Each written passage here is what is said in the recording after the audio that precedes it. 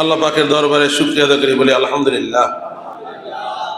মহান আল্লাহ রাব্বুল আলামিন যে মানুষের জন্য দুই জগৎ তৈরি করেছেন, ইহ জগৎ এবং পরজগৎ। পরজগতে কোটি কোটি কোটি কোটি বছর অতিবাহিত করলো, তা কোনোদিন কি হবে না, আর শেষ হবে না, অনন্তকালের জন্য। হয়তো ভেস্তে না হয় কি দোজখ, তবে অনন্তকাল চিরস্থায়ী জগৎ আখিরাতে একেবারে সবচেয়ে যে নিম্ন পর্যায়ের ভেস্টি হবে, তাকেও এই দুনিয়ার কমপক্ষে 10 দুনিয়ার সমান রাজত্ব দান করা হবে, সুবহানাল্লাহ। এবং যত রকমের এর ভিতরে নাজ নিয়ামত আছে সব কিছুই দান করেন, মানে আল্লাহ রাব্বুল আলামিন দান করেন, বলেন আলহামদুলিল্লাহ। তাহলে পরকালের ভেস্টের তুলনায় দুনিয়া তো কি কিছুই না। এখন ওই পরকালে চিরস্থায়ী জগৎ আখিরাতে জান্নাত বা ভেস্ট উদ্যানে যাওয়ার আশা আমাদের সকলের আছে কি নাই? অবশ্যই, মুসলমান মাত্র সকলেরই আশা অবশ্যই আছে। কিন্তু আশা থাকলেই চলবে না, কিন্তু আসবাব উপকরণ তৈরি করে আশা করতে হবে। আসবাব উপকরণ তৈরি না করে আশা করা হলে গুরুর বাকি ধোঁকা। আসবাব কি, এখানে 3টা বিষয় আলোচনা করেছেন হুজুর। একটা বিষয় হইল কি, যে আখিরাতের পথের শিক্ষক, হাদি, ওস্তাদ গ্রহণ করতে হবে। রাহবার মানে যিনি পথ দেখান, তা আখিরাতের যিনি পথ দেখেন তাকে বলা হয় কি হাদি। হাদি মানে যিনি আখিরাতের পথ প্রদর্শক। এখন হাদি যদি না হয়, পথ প্রদর্শক না হয়, তাহলে পথে চলবেন কিভাবে? ঠিক কিনা? এটা হলো প্রথম নম্বরে কর্তব্য কাজ। যেই যুগে আল্লাহ পাক যেই নবী রাসূলকে পাঠাইছেন তারাই ছিল ওই যুগের কি হাদি, আখিরাতের পথ প্রদর্শক। আমাদের আখিরি জামান নবী মুহাম্মদ রাসূলুল্লাহ সাল্লাল্লাহু আলাইহি ওয়াসাল্লাম, তিনি হলেন সর্বশেষ নবী। তারপরে আর কোন নবী নতুন শরীয়তের এই নবী রাসূল আসবে না। তবে নবুয়তের কাজ, রিসালাতের কাজ কি বন্ধ থাকবে? নবী রাসূলের দরজা খতম, কিন্তু নবুয়তের নবী রাসূলদের কাজ সেটা তো বন্ধ থাকবে না। এই জন্য আল্লাহ নবী তিনি বলে গেছেন, ইন্না রিসালাতান নবুওয়াত ইনকাতাত, রিসালাত এবং নবুয়ত সেটা খতম করে দেওয়া হয়েছে। লা নবী আবাদি, আনা খাতামুন নবীন, আমি শেষ নবী। লা নবী আবাদি, আমার পরে কোনো নবী আসবে না। তবে কারা থাকবে? আল উলামাউ ওয়ারাসাতুল আম্বিয়া, আল উলামাউ ওয়ারাসাতুল আম্বিয়া, অর্থাৎ যারা খাঁটি আলেম, অর্থাৎ তারাই থাকবে কি লক্ষাধিক নবী রাসূলের ওয়ারিস, বলেন সুবহানাল্লাহ। লক্ষাধিক নবী রাসূলরা যে দিন প্রচার করেছেন, যেটা প্রচার করছেন, ওই নবী রাসূলদের সেই সিলেবাস এবং সেই দিন রেখে যাওয়া দিন যারা প্রচার করবে তারাই হলো কি হাদি। হাদি তো অনেকেই দাবি করে, কিন্তু কিতাবে তো স্পষ্ট উল্লেখ আছে যে আপনার সত্যিকারে যে ওয়ারাসাতুল আম্বিয়া কারা, যাদের ভিতরে কি থাকবে, রসুল যে এলেম রেখে গেছেন পরিপূর্ণ এলেম থাকবে, তারাই কি ওয়ারাসাতুল আম্বিয়া। তাহলে কি ইমানের পরে ফিকহ এবং তাসাউফ। এখন দেখা যায় যে ফিকহ আছে তাসাউফ নাই, তারা কি ওয়ারাসাতুল আম্বিয়া হইতে পারে? এক ভাগ আছে আর এক ভাগ নাই, তাকে গরিব অংশ বিশেষের ওয়ারিস বলা হয়, কিন্তু পূর্ণ তো ওয়ারিস না। এখন হাদি সবাই দাবি করে, নায়েবে নবী সবাই দাবি করে, কিন্তু নায়েবে নবী যে কে এই বিষয়টা ভালোভাবে বুঝতে হবে। যে রাসূল করিম সাল্লাল্লাহু আলাইহি ওয়াসাল্লাম দুনিয়াতে যে ইলম রেখে গেছেন পরিপূর্ণ দিন, এই পরিপূর্ণ শিক্ষা যায় যে আলেমের ভিতরে পাওয়া যাবে, তিনি হলেন হাদি, তিনি হলেন রাসূলুল আম্বিয়া। তার অনুসরণ ব্যতীত আখিরাতের সঠিক রাস্তায় চলা যায় না। এই যে হাদি গ্রহণ করতে হবে, 1 নম্বর কাজ। এই হাদিকে সংক্ষেপে বিষয়টা বললাম। এখন হাদির কাছ থেকে নেবেন হেদায়েত। কি নিতে হবে? হেদায়েত।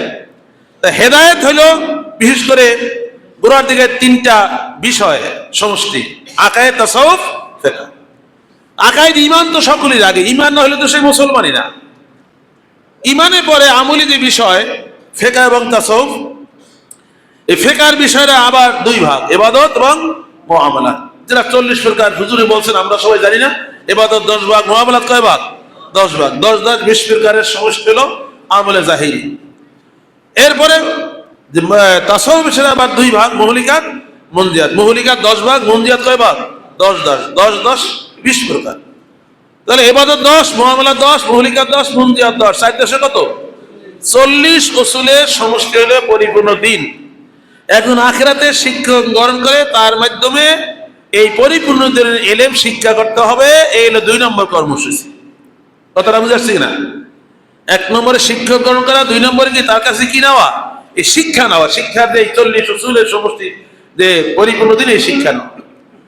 3 নম্বর কর্তব্য কাজ হলো যে আপনি দিন শিখলেন, যার যার বাড়িতে রইলেন, যার যার জায়গায় রইলেন, তাহলে কি দিন জারি কায়েম হবে? রাসূলুল্লাহ সাল্লাল্লাহু আলাইহি ওয়াসাল্লাম সাহাবায়ে কেরামরা দিন কবুল করার কারণে, ভয় ধরার কারণে তারা কি যার যার বাড়িতে সংসারিক কাজ কর্ম তাই করছে? রসুলের সঙ্গে ছিলেন, এই জন্য তাদের লক্ষ্য হইল কি সাহাবী, যারা ইতে থাকে, সঙ্গে থাকে। তা হিজরত নুসরত, রসুলের সঙ্গে একদল সাহাবী মদিনায় হিজরত করছেন দিনের কারণে। আর মদিনার সাহাবীরা তারা আবার কি করছেন, সেখানে টাকা পয়সা জায়গা জমি সব কিছু দিয়ে রসুলকে সাহায্য না করলে কি দিন প্রচার করতে পারতেন? এই জন্য বিশেষ করে যে দিন জারি বা কায়েমের জন্য ধনী ধনীর পর্যায়ে, গরিব কি গরিবের পর্যায়ে, বিশেষ করে যে মালি বন্দীকে দিয়া সর্বতভাবে কি করতে হবে, সাহায্য সহযোগিতা করতে হবে। এবার আবু বকর সিদ্দিকের মালি বন্দীর কথা আলোচনা শুনছেন, আবার অন্যান্য সাহাবায়ে কেরামদের মালি বন্দীকে আলোচনা শুনছেন। সাহাবায়ে কেরামরা যদি এইভাবে মালি বন্দী না করতো, তাহলে আল্লাহ রসুল মক্কা থেকে মদিনায় তো হিজরত করছেন, যে কিভাবে অসহায় হইলে নিজের বাড়ি ঘর ছেড়ে মদিনায় হিজরত করতে পারে। কিন্তু মদিনায় হিজরত করার পরে দেখা গেল 10 বছরের ভিতরে সাহাবায়ে কেরামদের সাহায্য সহযোগিতার কারণে দেখা গেল 10 বছর পরে মক্কা বিজয় হয়েছে। বলে সুবহানাল্লাহ, ফাতে মক্কা হয়ে গেছে। কয় বছরে? 10 বছরে। তাই সাহাবায়ে কেরামদের সাহায্য না হলে এটা কি হতো? এখন আমরা পূর্ণাঙ্গ দিন বুঝি, পূর্ণাঙ্গ দিনের হক সত্য, কিন্তু এটা নিজের ভিতরে সীমাবদ্ধ রাখলে চলবে না, যার যার ঘরে বসে থাকলে চলবে না। এটা জারি বা কায়েমের জন্য আপনাকে কি করতে হবে? প্রত্যেকেরই মানে কি মালি বন্দীকে দিয়ে কি করতে হবে? সাহায্য সহযোগিতা কি করতে হবে, না হলে তো দিন জারি কায়েম কি হবে? হবে না। এটা হলো 3 নম্বর মানে কি কর্মসূচি।